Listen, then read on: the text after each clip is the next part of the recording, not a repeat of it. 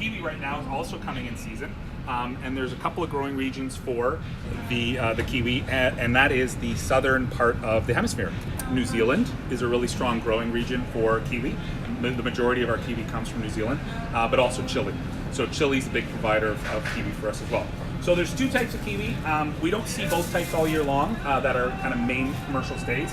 The traditional green kiwi that we're all used to, that bright golden green color, but there's also yellow kiwis, which is a different variety.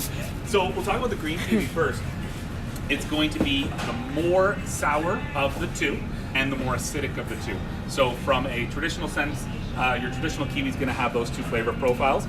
As it ripens, again, it will get sweeter, similar to the mangoes. After being picked, it does continue to ripen. So a lot of people will, again, buy them firm, let them come and let them ripen up.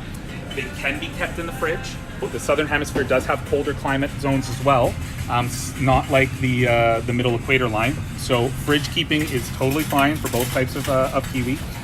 What you're going to find with kiwi is, again, it's going to be similar to the mangoes in regards to its firmness first.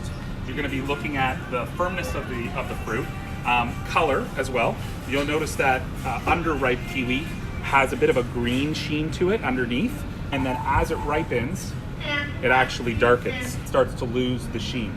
Okay, so you can see kind of actually if I did it in order of ripeness, you've got kind of underripe, mid-ripe, and ripe. Depending on how you like to eat your kiwi, you pick based on that.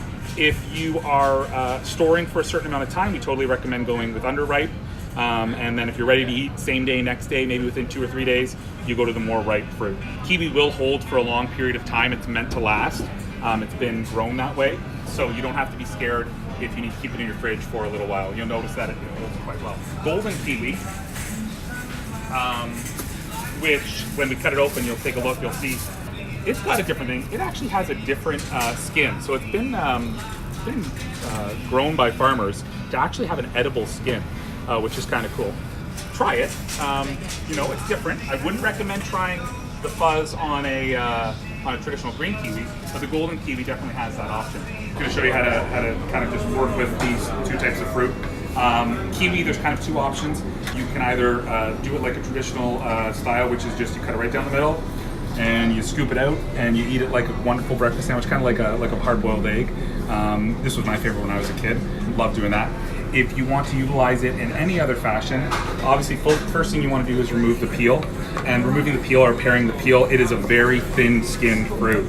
So you don't need to run your knife too far through the fruit in order to pare it. You need a sharp knife. If you use a dull knife with kiwi fruit, it'll start to kind of pull or bunch up as you're cutting down the sides. And what will end up happening is it'll start to damage the fruit, and again, it just doesn't look very nice. So with regards to paring, again, you just want, again, really nice sharp knife. You can notice where the stem is. There is not a lot of actual stem that moves into the fruit. So if you cut too low, you're actually going to give up quite a bit of the fruit. So our typical approach, you just kind of take it down, and again, run your knife nice and smooth. And again, take your butt off. Okay. Now, as you're doing this, you'll notice that you get to start to see that beautiful color off the kiwi. Gentle. Use very gentle hands with kiwi fruit. If you do handle it too hard, you'll notice that it'll start to bruise. And when it bruises, as soon as it's open and cut, it just won't be the nicest piece of fruit to eat. And again, we're all about maximizing the quality and the yield of what you're buying. We want to make sure that you're buying good quality fruit that you get to use all of it. Nothing worse than bringing something home that you just paid good money for, and part of it's not usable. We have a question. On organic kiwi, can you eat the skin? Yes. Organic golden kiwi. Okay, Golden. but traditional kiwi, the skin is not edible. Okay, so again, once you're doing it, depending on what you're going to use your kiwi for, if you're making flans, that's one thing. A lot of people will slice them horizontally. If you're doing it on a fruit platter, we like wedging it. Really, it's up to you. But just, again, using gentle hands is the key. And that's what's going to give you that color that you like.